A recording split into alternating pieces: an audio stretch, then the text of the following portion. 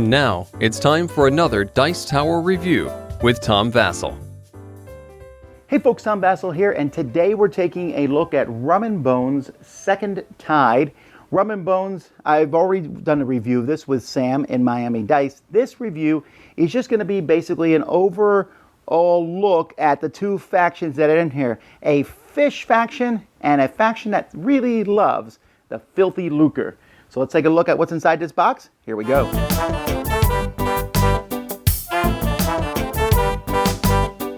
First, we're going to look at the Deep Lord faction. Now, this is essentially the faction from Pirates of the Caribbean, right?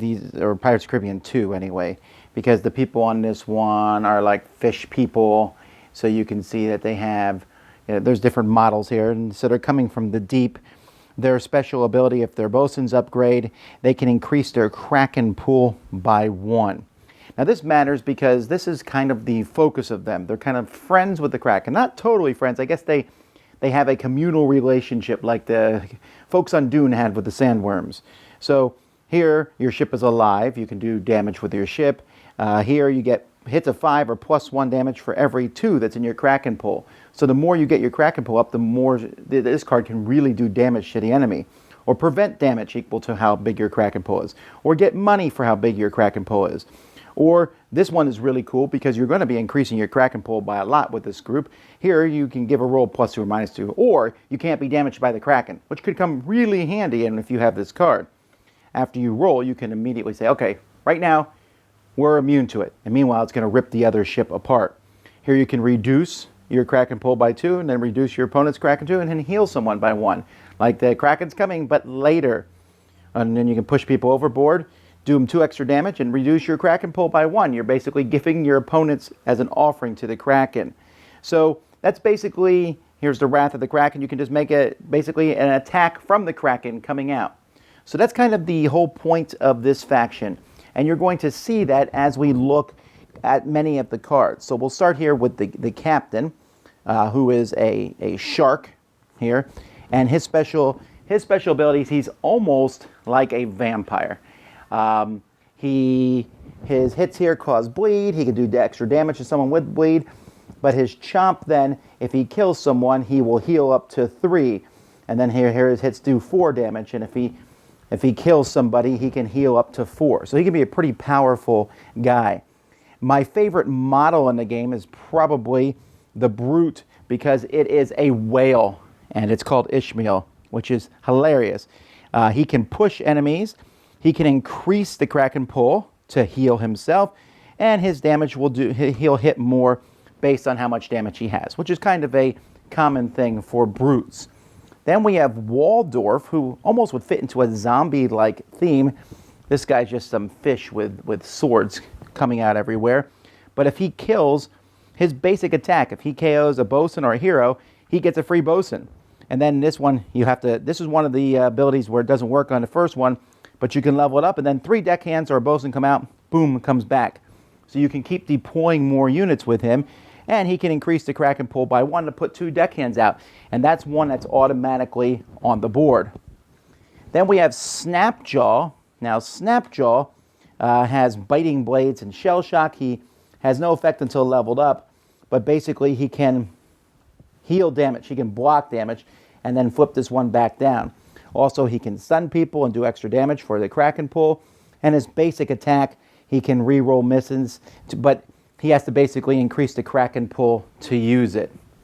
And then finally, for this team anyway, we have the Gunners, Kyrie and Carl. I guess these are, I'm not sure why there's 2 of them. Maybe it's the crab here. Did he escape from the Little Mermaid and get really mad?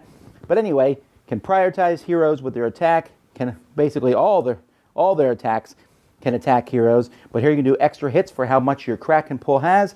And here you can stun and slow people and then increase, and if you hit a hero, you increase their Kraken pool by up to 2. So again, you can see the whole point of these guys is they have a somewhat of an uneasy truce with the Kraken, and the more that they've ticked the Kraken off, the more damage they can do. The Dia de la Muerte team is more of a, think of like a Disney princess movie, like a pirate ship that would be off one of those Disney movies.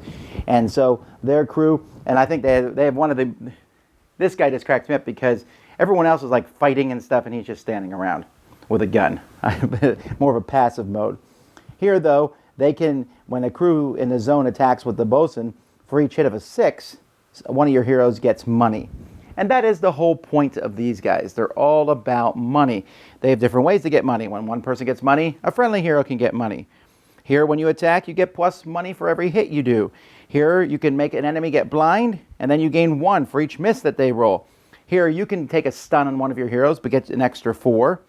And then here, whenever an enemy gets gold, you can get that gold instead. Or you can move to and make an attack. They choose. So they're going to either give you gold or a free attack. Here, when they get money, you can get that money instead, or they're going to take damage for every money they get. These are a lot of fun to play on your opponent. Your opponent's not going to think so. Here you can get rid of money, and for each 2 money you do, 1 zone of enemy crew do not attack this turn. You can basically shut your crew, the other enemy's crew down by paying them off. Here you can get plus 4 dice to your deck cannon for money. And here you can discard 4 money from a hero, and that 4 money from a friendly hero, and then the enemy hero takes that much damage. So this army, or this faction, is all about money. And you're going to notice that in many of the different people. So here's the captain, Viana. And yeah, again, I really wish that Cool Mini or Not would kind of tone down the sexism of their characters, but it is what it is. Here she can get rid of money to do damage to people that are nearby her. She can steal money from enemy hero and put on a friendly hero. And for each hit that she does, a friendly hero gets 1. She also comes with a brute. This guy is a fish gutter. That's his main thing, which makes him fun to attack the other faction with it because they're fish. And he goes after them. But essentially, he has a whirlwind, which is cool. But his main attack is what I like about him best, because the more damage he has, when he has 6 or more damage, when this is upgraded, all his hits do 2+ damage, which can be a really big deal, really cool thing. Then we have this guy here is probably my favorite character that comes from this set, because he's a blade dancer. He can get rid of money to do extra attacks. But what I really like is his La Danza de la Muerte. He hits 1 die that he rolls, a 3 or higher, does 4 damage. And then he can move 2 zones before making the attack. So he can run up and stab you, and then he can increase that to 5. That can be an extremely cool attack. You run up, and you put all your emphasis into 1 die. Probably not the safest bet, but it is a lot of fun. And besides, this one here is a 2+. It's a really powerful attack. Then we have the Cruel Taskmaster. He can basically force the crew to attack, but if they miss, they KO. So, he's a Cruel Taskmaster, of course. And then over here, when you would get money from KOing, when an enemy gets money from KOing a crew, then they have to either take the money, or you get the money instead, or they're going to take damage. This is just like one of those cards I showed you, but it always exists. And so that's a really powerful thing. It's like a powerful special ability that is in the game.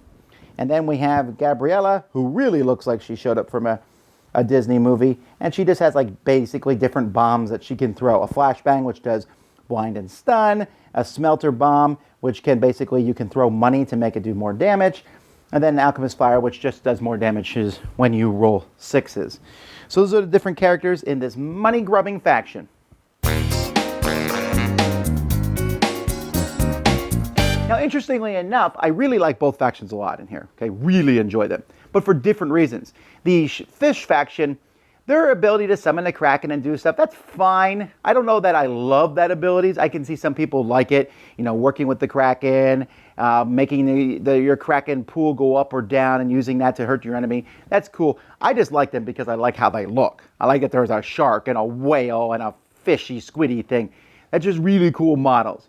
The other faction, though, might be my favorite faction in how you play them because, in games like this, I love money. Money's how you level up. Money's how you do things.